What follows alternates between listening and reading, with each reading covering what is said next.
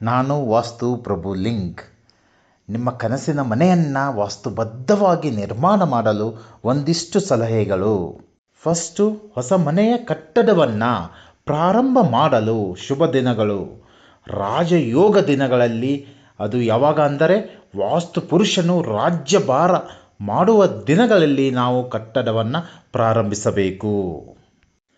ಎರಡನೆಯದು, ಭೂಮಿ ಪೂಜೆ ಮಾಡಿ ತುಂಬ ದಿನಗಳನ್ನು ಬಿಟ್ಟು ಕಟ್ಟಡ ನಿರ್ಮಾಣ ಮಾಡಬಾರದು. ಭೂಮಿ ಪೂಜೆ ಮಾಡಿದ ತಕ್ಷಣವೇ ಕಟ್ಟಡ ನಿರ್ಮಾಣ ಪ್ರಾರಂಭಿಸಬೇಕು. ಮೂರನೆಯದು, ಬಿಳಿ ಸಾಸಿವೆಯನ್ನು ಭೂಮಿಗೆ ಅರ್ಪಣೆ ಮಾಡಬೇಕು. ಆಮೇಲೆ ಕಟ್ಟಡ ನಿರ್ಮಾಣ ಪ್ರಾರಂಭಿಸಬೇಕು. ಏಕೆಂದರೆ ಬಿಳಿ ಸಾಸಿವೆ ಲಕ್ಷ್ಮಿಯ ಸಂಕೇತ.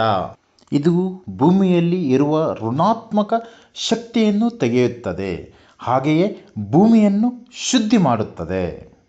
ಹೊಸ ಕಟ್ಟಡವನ್ನು ಈಶಾನ್ಯದಿಂದ ಪ್ರಾರಂಭ ಮಾಡಬಾರದು.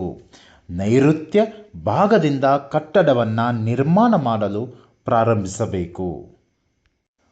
ಐದನೆಯದು, ಪೂರ್ವ ಹಾಗೂ ಉತ್ತರಕ್ಕೆ ಜಾಸ್ತಿ ಖಾಲಿ ಜಾಗವನ್ನು ಬಿಟ್ಟು ಪಶ್ಚಿಮಕ್ಕೆ ಹಾಗೆಯೇ ದಕ್ಷಿಣಕ್ಕೆ ಕಡಿಮೆ ಜಾಗವನ್ನು ಬಿಟ್ಟು ಮನೆಯನ್ನು ನಿರ್ಮಾಣ ಮಾಡಬೇಕು.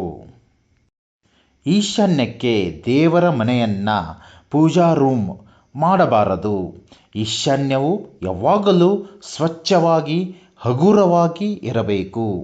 ಈಶಾನ್ಯದಿಂದ ಸಾಕಷ್ಟು ಗಾಳಿ ಬೆಳಕು ಮನೆಯ ಒಳಗೆ ಬರಬೇಕು. ಇದರಿಂದ ಯಾವುದೇ ಕಾರಣಕ್ಕೂ ಕೂಡ ಈಶಾನ್ಯ ಭಾಗದಲ್ಲಿ ಪೂಜಾ ರೂಮ್ ಮಾಡಬೇಡಿ.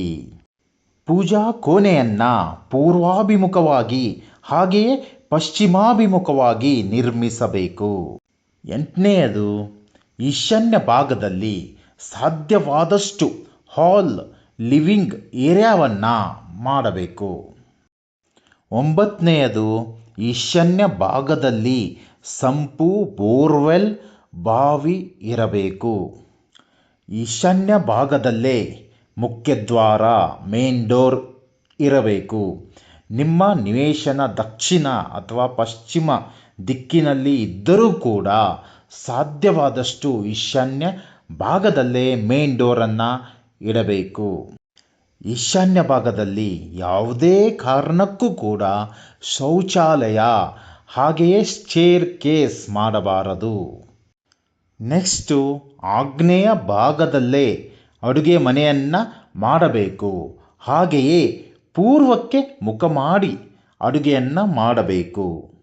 ನೈಋತ್ಯ ಭಾಗದಲ್ಲೇ ಮಾಸ್ಟರ್ ಬೆಡ್ರೂಮ್ ಇರಬೇಕು.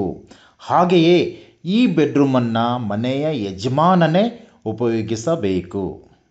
ನೈಋತ್ಯ ಸೌತ್ ವೆಸ್ಟ್ ಭಾಗದಲ್ಲಿ ದೊಡ್ಡದಾದ ಕಿಟಕಿ ಬಾಗಿಲನ್ನು ಹಾಗೆಯೇ ಬಾಲ್ಕನಿಯನ್ನು ಮಾಡಬಾರದು.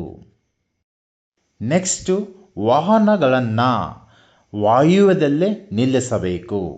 ವಿದ್ಯಾರ್ಥಿಗಳು ಮನೆಯಲ್ಲೇ ಆಗಲಿ ಹೊರಗಡೆನೇ ಆಗಲಿ ಪೂರ್ವಕ್ಕೆ ಮುಖ ಮಾಡಿ ಅಭ್ಯಾಸ ಮಾಡಬೇಕು. ಯುಟಿಲಿಟಿಯನ್ನು ಯಾವುದೇ ಕಾರಣಕ್ಕೂ ಕೂಡ ಆಗ್ನೇಯ ಭಾಗದಲ್ಲಿ ಮಾಡಬೇಡಿ. ವಿಶೇಷವಾಗಿ ಆಗ್ನೇಯ ಭಾಗದಲ್ಲಿ ಮಾಡಬಾರದು. ತುಳಸಿ ಗಿಡವನ್ನು ಈಶಾನ್ಯ ಭಾಗದಲ್ಲಿ ಇಡಬಾರದು. ಈಶಾನ್ಯ ಭಾಗವನ್ನು ಹೊರತುಪಡಿಸಿ ಎಲ್ಲಿಯಾದರೂ ಕೂಡ ನೀವು ತುಳಸಿ ಗಿಡವನ್ನು ಇಡಬಹುದು. ಮೆಟ್ಟಿಲುಗಳು ಯಾವಾಗಲೂ ಕೂಡ 1, 3, 5, 7, 9 ಈ ರೀತಿಯಲ್ಲಿ ಬೆಸ ಸಂಖ್ಯೆಯಲ್ಲಿ ಇರಬೇಕು. ಹೊಸ ಕಟ್ಟಡ ನೀಲಿ ನಕ್ಷೆ ಹಾಗೆಯೇ ನೀಲಿ ನಕ್ಷೆಯಲ್ಲಿ ತಿದ್ದುಪಡಿ, ಸೈಟ್ ವೀಕ್ಷಣೆಗೆ ಹಾಗೂ ನಿಮ್ಮ ಕನಸಿನ ಮನೆಯ ನಿರ್ಮಾಣಕ್ಕೆ ನಮ್ಮನ್ನು ಸಂಪರ್ಕ ಮಾಡಿ. ಧನ್ಯವಾದಗಳು.